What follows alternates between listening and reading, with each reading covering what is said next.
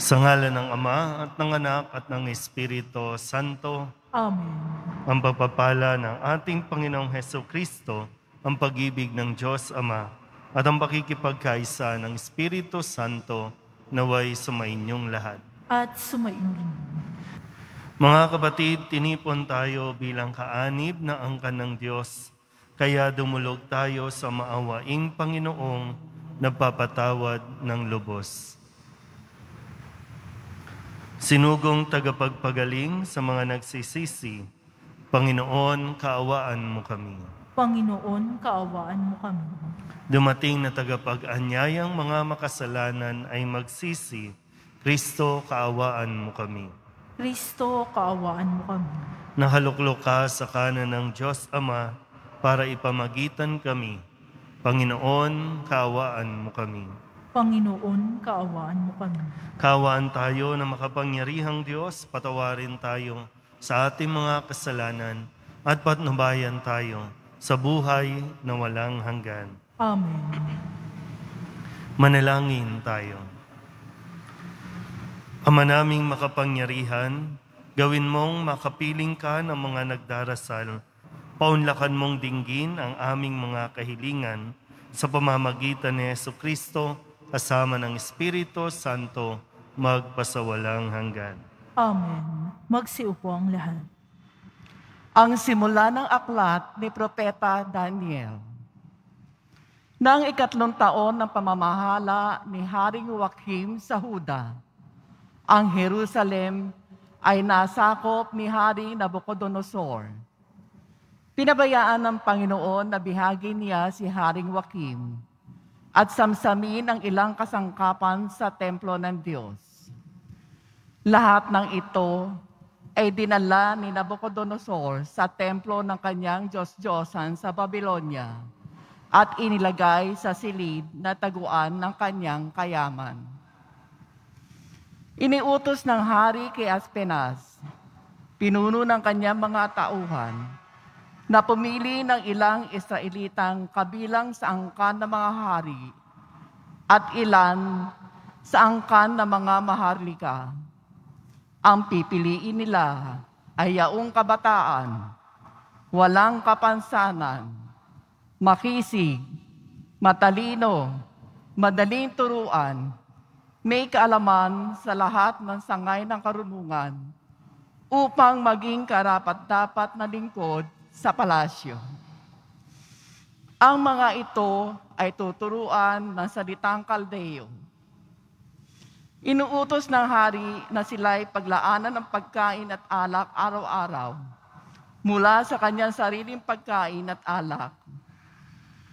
3 taon silang tuturuan bago maglingkod sa hari. Kabilang sa mga ito, sina Daniel, Ananias, Misael, at Azarias, na pawang kabilang sa lipi ni Huda. Ngunit ipinasya ni Daniel na huwag tikman man lamang ang pagkain at alak na bigay ng hari upang hindi siya makakain ng mga bagay na marumi ayon sa kautusan. Kaya ipinakiusap niya kay Aspenas na huwag silang pakanin niyon. Niloob naman ng Diyos na siya'y makalugdan at pagbigyan nito. Ngunit sinabi niya kay Daniel, natatakot lamang ako sa gagawin sa akin ng mahal na hari kapag nakita niyang mas mahina kayo kaysa ibang kasinggulang ninyo. Tiyak na ako'y papupugutan niya pagkat siya mismo ang naglagaan ng pagkain ninyo araw-araw. Dahil dito, lumapit si Daniel sa bantay na nangangalaga sa kanila. Sinabi niya, subukin ninyo kami sa loob ng 10 araw. Gulay lamang at tubig ang ibigay ninyo sa amin. Pagkatapos, pagparisin ninyo kami na mga kasinggulang naming pinakakain ninyo ng pagkain bigay ng hari at tignan ninyo ang magiging resulta. At sinubok nga sila sa loob ng 10 araw. Nang sila'y pagparisin, pagkatapos ng 10 araw, nakitang mas maayos sila at malusog kaysa mga kasinggulang nilang pinakain ng pagkain ng hari. Kaya gulay at tubig na lamang ang ibinigay sa kanila, sa halip na pagkain at inumin ng hari. Niloob ng Diyos na silang apat ay matuto ng lahat ng uri ng kaalaman.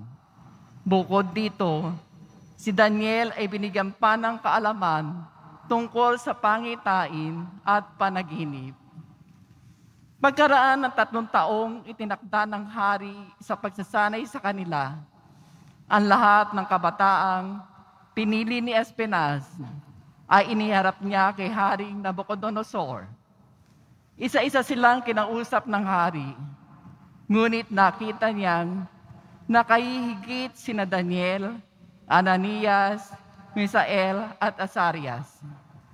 Kaya sila ang napili ng hari upang maglingkod sa palasyo. Sa lahat ng bagay na isangguni sa kanila, nakita ng hari na higit na di hamak ang kaalaman nila kaysa mga salamangkero at engkantador ng kaharian. Ang salita ng Diyos. Salamat sa Diyos. Purihin at ipagdangal ang Diyos pagpakailanman. Purihin at ipagdangal ang Diyos magpakailanman. Pinupuri ka namin, Panginoon, Diyos ng aming mga ninuno. Karapat-dapat kang ipagdangal at dakilain magpakailanman.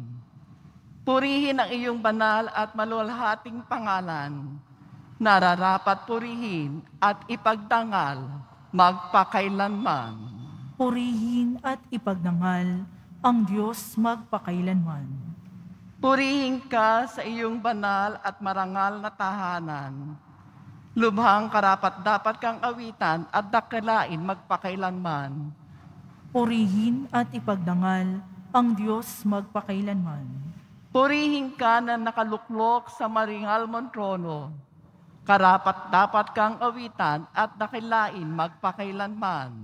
Purihin at ipagdangal ang Diyos magpakailanman.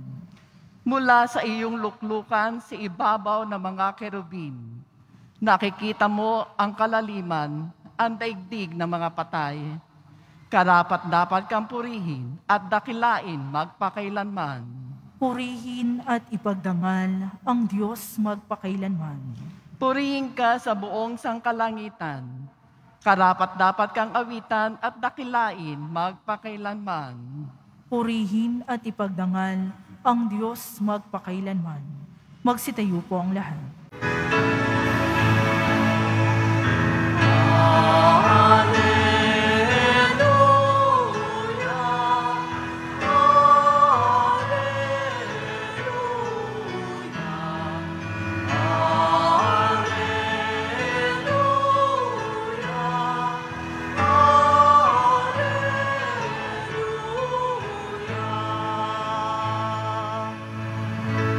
Sa daigdig ay laganap,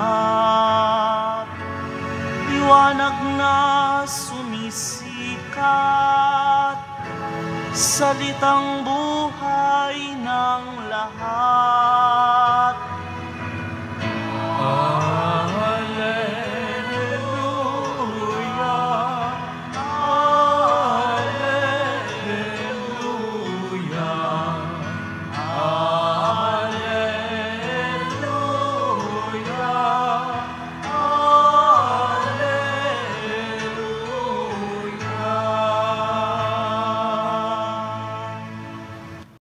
Sumainyo ang Panginoon. At sumayo rin.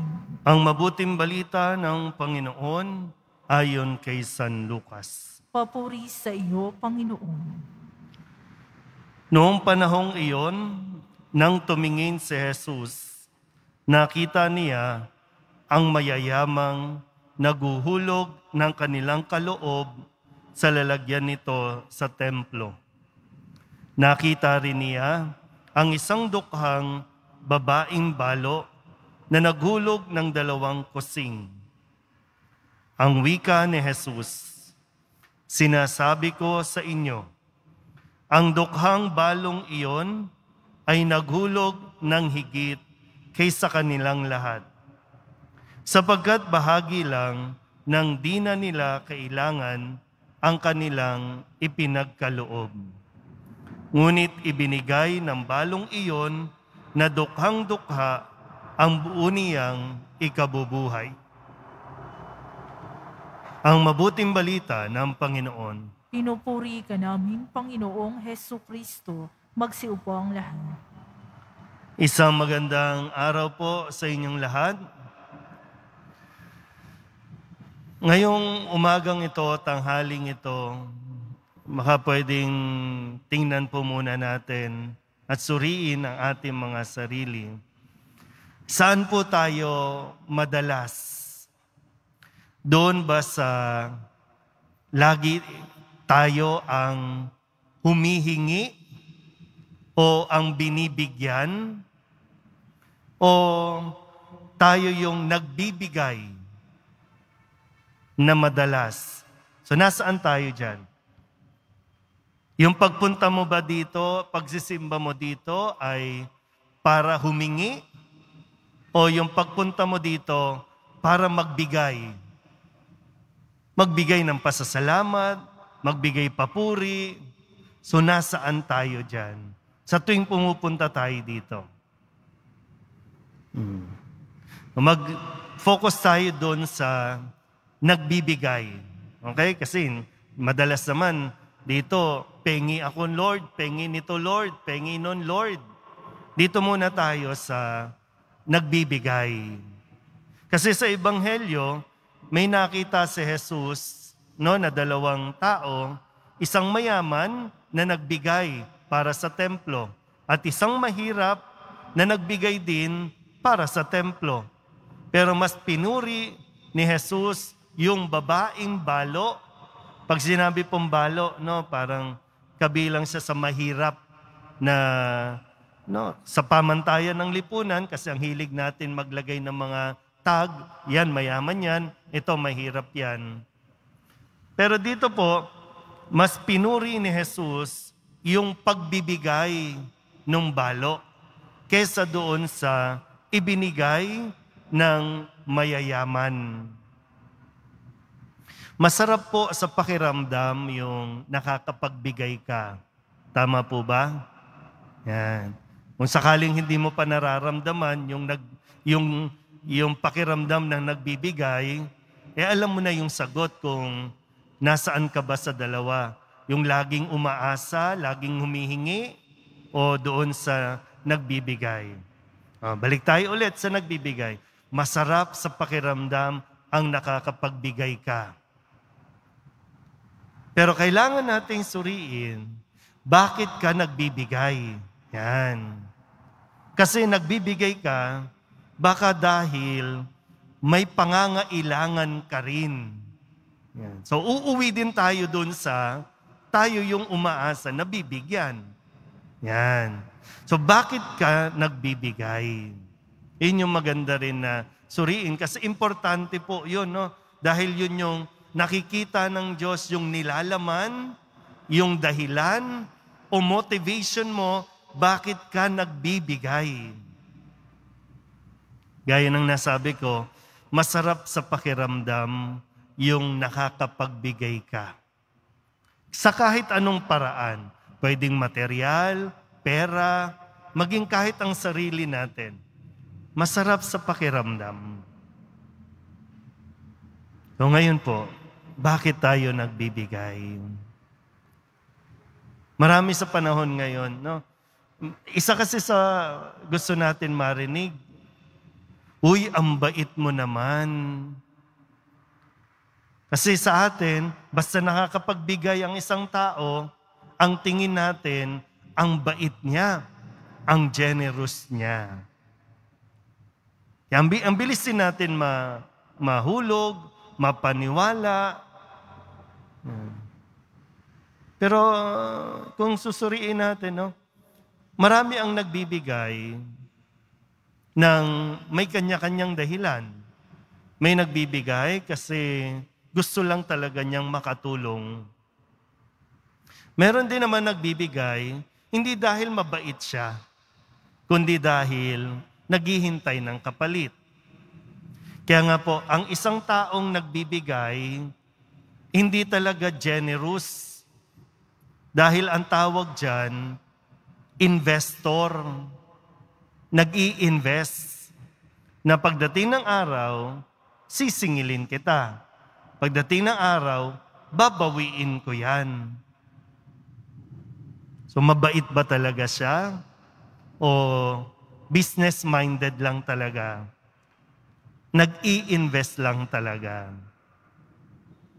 At ang isa din, yun bang ibinigay mo ay talagang galing sa iyo? O galing sa kung saan? Para lang masabi na generous ka, kaya mo ito ginawa. Pero yung totoo, alam natin, hindi galing sa iyo yan. Kaya nawa po, no, sa pagdiriwang natin ng banal na misang ito, mas makita nawa natin yung ating mga dahilan o mga rason kung bakit tayo nagbibigay. Kasi yun yung nais na mas makita ng Diyos sa atin. Kung dito nga po, no, kung dito nga sa simbahan, kasi sa simbahang Katoliko, hindi naman tayo pinipuwersa. Bagamat meron tayong obligasyon na magbigay sa simbahan bilang bahagi ng simbahan, pero hindi ka pupuwersahin. Dahil ang hinahangad natin, magkusa tayong magbigay ayon sa ating kakayahan.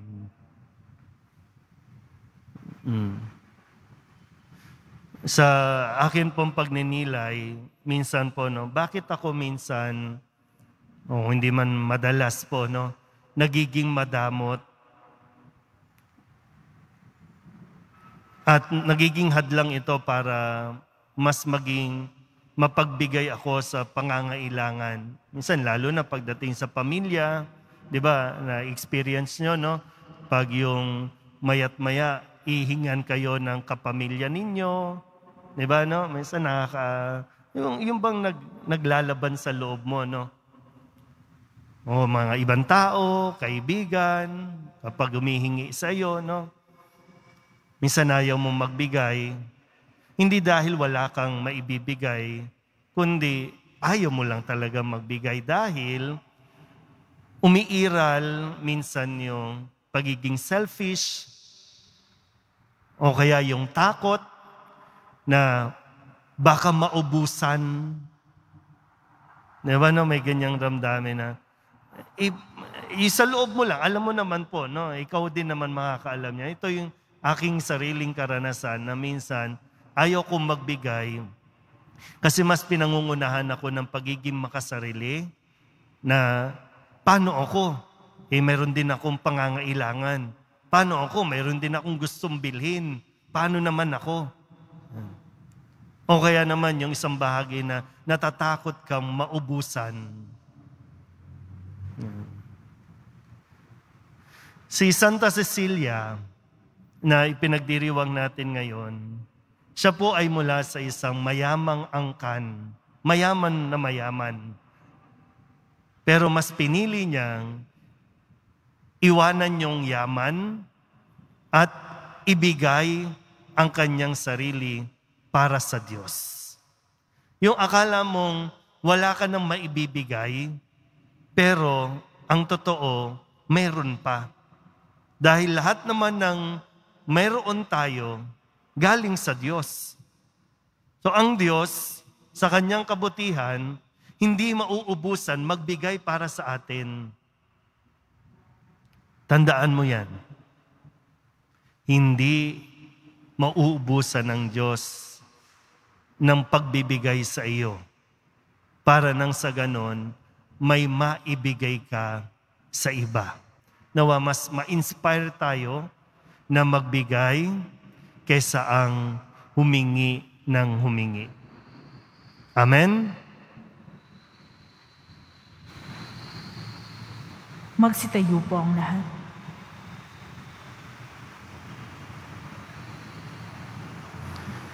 Minamahal ko mga kapatid, inihandog ng balo sa templo ang lahat-lahat sa Kanya. Pinapaging mapagkumbaba tayo ng Kanyang pagiging mapagbigay. Maging mapagbigay tayo sa ating pananalangin para sa ating kapwa bilang pagtugon sa Diyos na nagbibigay sa atin ng biyayang walang humpay. Ang ating pong itutugon, mapagbigay na Diyos, basbasan mo kami. Mapagbigay na Diyos, basbasan mo kami. Bilang simbahan, maging mapagbigay tayo ng sapat upang magbahagi tayo hindi lamang mula sa ating kasaganahan, kundi mula rin sa ating kasalatan. Manalangin tayo. Mapagbigay na Diyos, basbasan mo kami. Ang mga lingkod bayan, naway maging malaya sa kasakiman at pagmamalabis sa kapangyarihan. Manalangin tayo. Mapagbigay na Diyos, basbasan mo kami. Ang mga balo, mga solong magulang, at mga ulila, naway umunlad sa kabanalan at mabasbasan ng pag-ibig ng Diyos. Manalangin tayo. Mapagbigay na Diyos, basbasan mo kami. Ang mga may sakit, naway maibahagi ang kanilang pagdurusa sa pagpapakasakit ni Kristo. Manalangin tayo. Mapagbigay na Diyos, basbasan mo kami. Ang ating mga yumaong kamag-anak at mga kaibigan, naway tanggapin sa walang hanggang tahanan ng Diyos. Manalangin tayo. Mapagbigay na Diyos, basbasan mo kami. Idulog din natin sa Panginoon ang ating mga personal na kahilingan at mga panalangin para sa ating mga pamilya. Ganon din ang lahat ng mga misang pasasalamat, special na intensyon at mga kaluluwa na hinihiling na ipagdasal sa misang ito.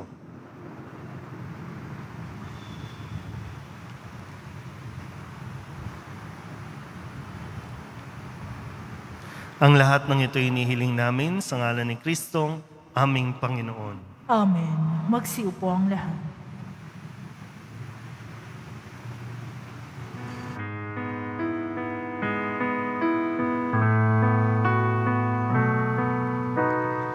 Ang himig mo, ang awit ko, lahat ng ito'y nagmula sa iyo. Muling ihahandog sa'yo, buong puso kong inaalay sa'yo. O Diyos, o Panginoon, lahat ay biyayang aming inampon, aming buhay at kakayahan, ito'y para lamang sa'yong kalwalhatian. Magsitayo po ang lahat. Manalangin kayo mga kapatid upang paghahain natin ay kalugdan ng Diyos amang makapangyarihan. Tanggapin nawa ng Panginoon itong paghahain sa iyong mga kamay, sa kapurihan niya at karangalan, sa ating kapakinabangan, at sa buong sambayanang banan. Ama naming lumikha, sa pagpapahayag namin sa iyong kadakilaan, ang kalugod-lugod niyang kagitingan sa pamumuhay ay magpagindapat nawang kalugdan mo ang aming mga alay sa pamamagitan ni Jesucristo kasama ng Espiritu Santo magpasawalang hanggan. Amen. Sumainyo ang Panginoon. At sumaiyo rin. Itaas sa Diyos ang inyong puso at diwa. Itinaas na namin sa Panginoon. Pasalamatan natin ang Panginoong ating Diyos. Marapat na siya ay pasalamatan. Ama naming makapangyarihan, tunay ngang marapat na ikaw ay aming pasalamatan. Ngayong aming kagalakan na si Santa Cecilia ay parangalan. Siya'y kapanalig naming may paninindigan na ikaw ay ipahayag kahit siya'y mamatay. Sapagkat minarapat mo ang kanyang matularan ang iyong anak na naghain ng sariling buhay. Tulad ng naganap sa iyong anak, ang dugo ng mga martir ay dumanak, hindi dahil sa katatagang likas, kundi dahil sa iyong bigay na lakas. Kaya kaysa ng mga anghel na nagsisiawit ng papuri sa iyo, nang walang humpay sa kalangitan, kami nagbubunyi sa iyong kadakilaan.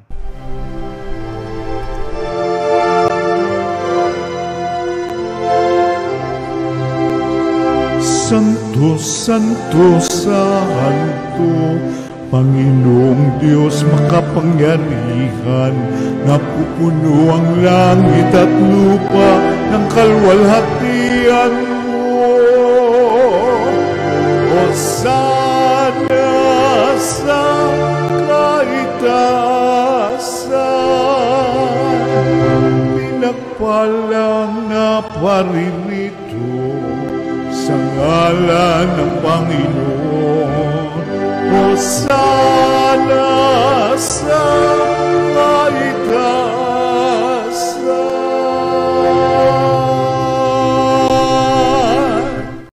Ama naming banal, ikaw ang bukal ng tanang kabanalan.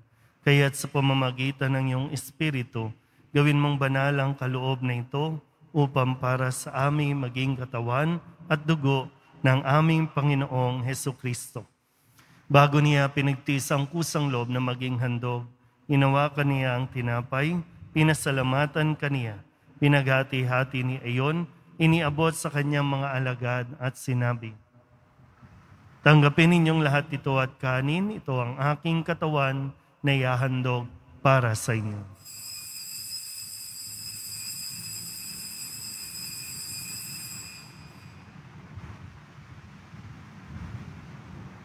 Gayun din naman nang matapos ang hapunan, hinawakan niya ang kalis, muli kaniyang pinasalamatan.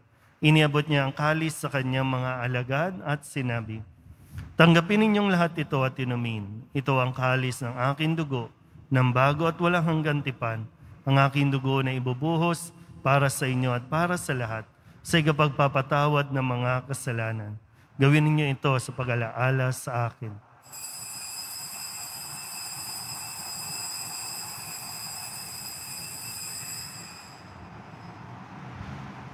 Magsitayo po ang lahat.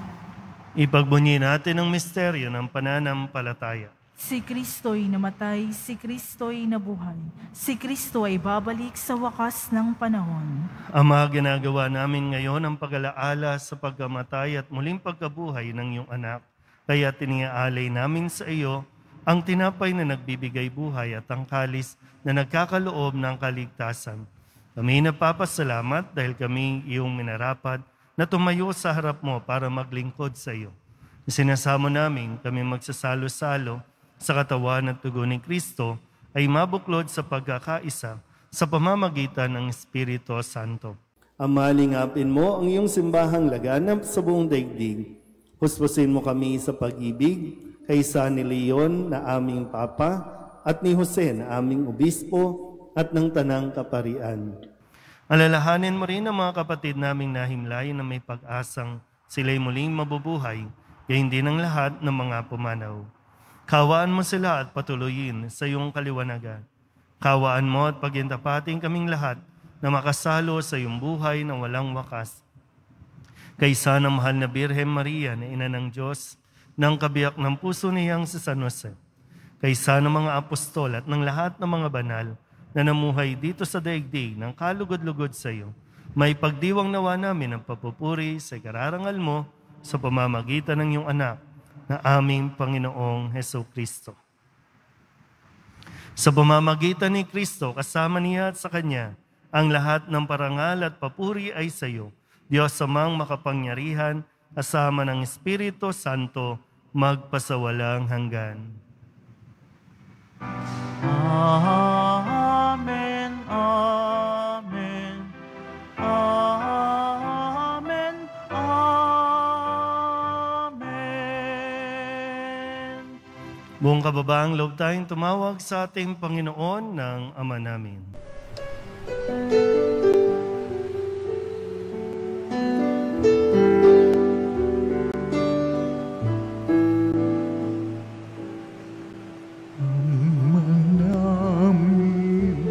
Sumasalangit ka, sambahin ang ngalan mo, mapasamin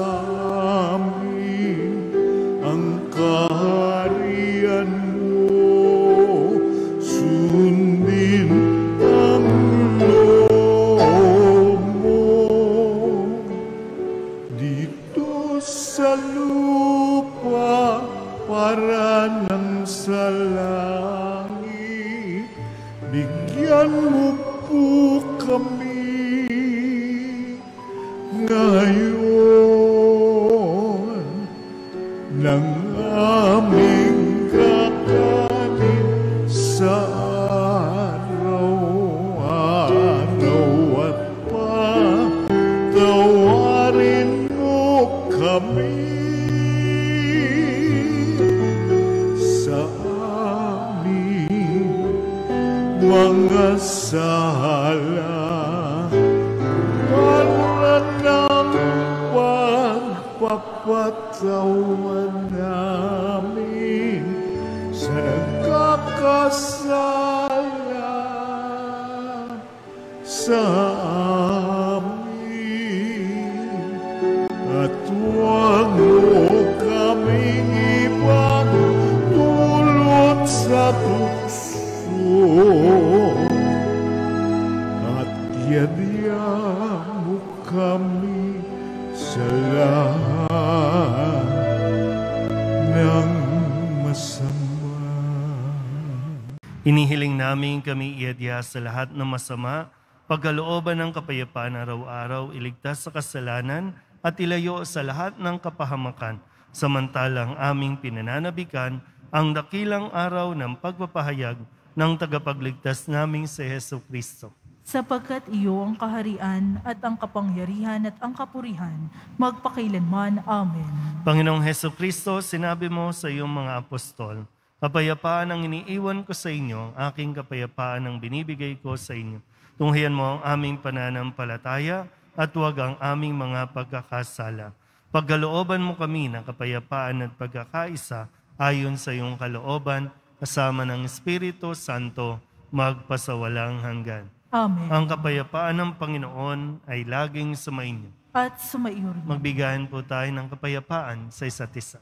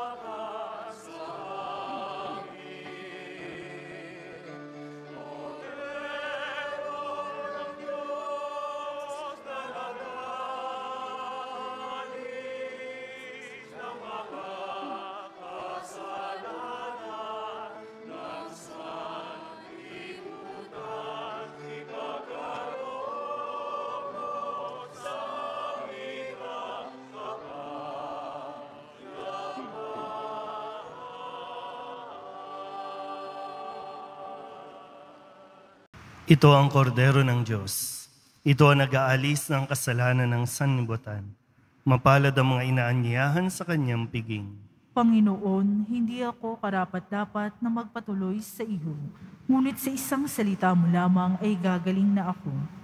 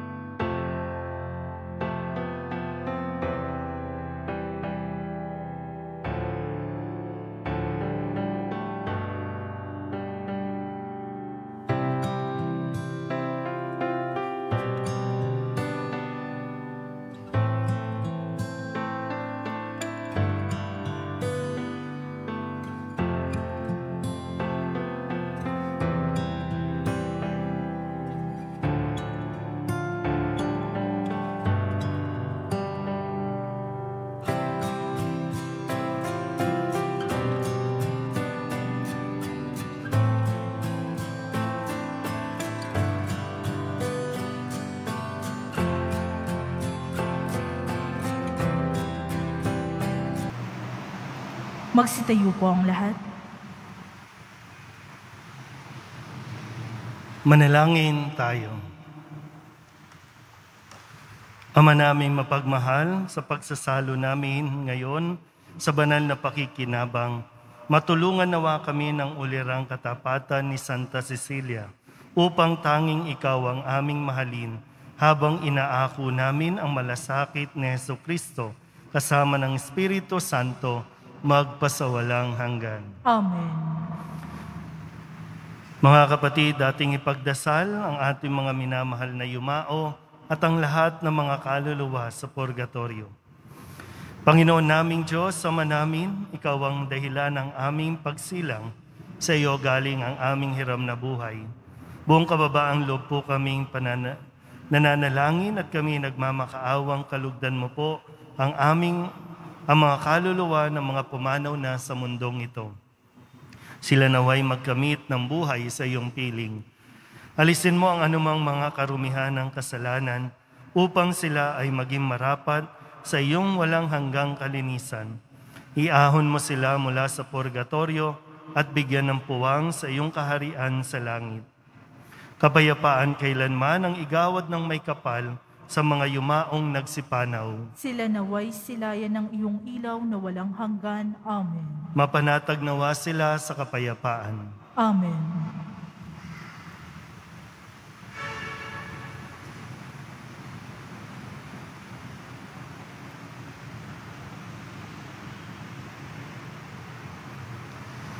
Sumainyo ang Panginoon. At sumaiyo rin.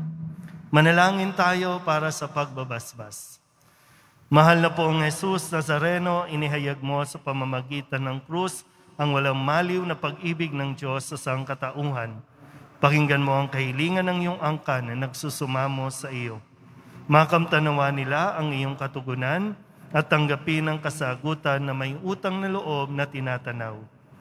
Basbasan din po ninyo mga dala-dala nilang mga imahin at dasalan. Sa pamamagitan ng bendisyon na ito, naway maalala nila ang mga pangako nila noon sa binyag na ikaw ang kanilang iibigin at paglilingkuran bilang Panginoon magpasawalang hanggan. Amen. At pagpalain kayo ng makapangyarihang Diyos, Ama at Anak, at Espiritu Santo. Amen. Tapos na ang banal na misa, humayo kayong taglay ang kapayapaan ng poong Jesus Nazareno. Salamat sa Diyos. Magandang araw po. Nuestro Padre Jesus Nazareno, sinasamba ka namin, pinipintungo ka namin, aral mo ang aming buhay at kaligtasan.